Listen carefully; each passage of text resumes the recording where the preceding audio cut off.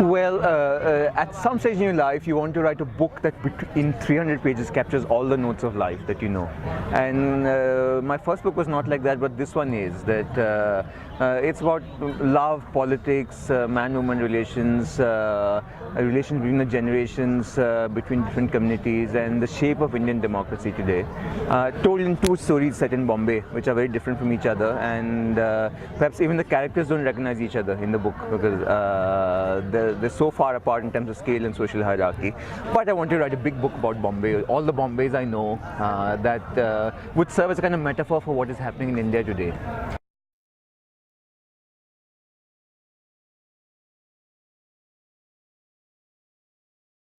Well, Bombay is one of the few cities that in some ways has unique worlds. The economic life of Bombay has a very particular caste. In Bombay, when you take an auto and the fare is 19 rupees and you give them a 20, you also get a rupee back, which in the rest of India is not the case. And it is a city of immigrants so it is new every day. It's new in the eyes of the thousands of people who come there.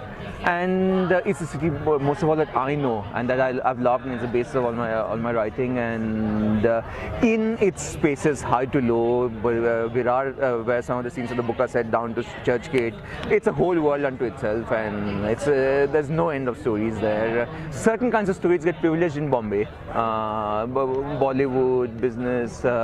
Beneath that, there's so many others, and I thought, since that's where I lived most of my life.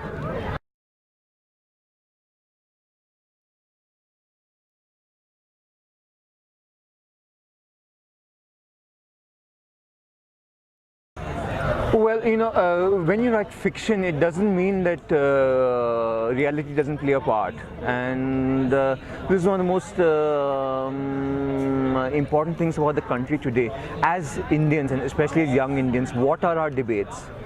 Should our debates be about something new that is specific to our lives, or should we get dragged back into the very basic question of who is an Indian, who deserves to live somewhere, which religion is better, who has a greater right to live here? So in some ways I feel we've gone backwards in our time, and it's the place of novels, to try and articulate other ways, other possibilities for life.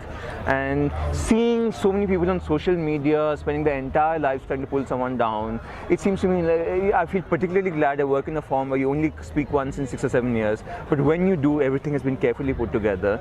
And it seems to me that there are some people in the country who are very important, who one cannot intuitively imagine them having a conversation with some other kinds of folk. So it was important to have that contrast.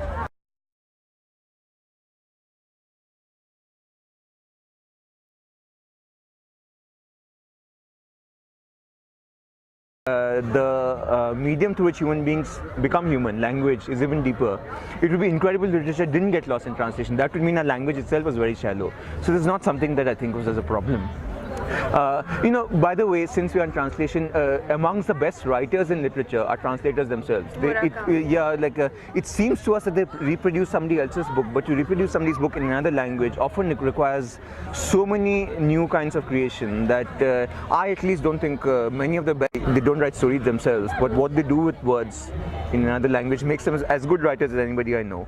And we cannot, it's a bit of a cliche, literature gets lost in translation. So much of literature is also gained in translation. Without that, we would not have access to other worlds, other countries. So it's a small point.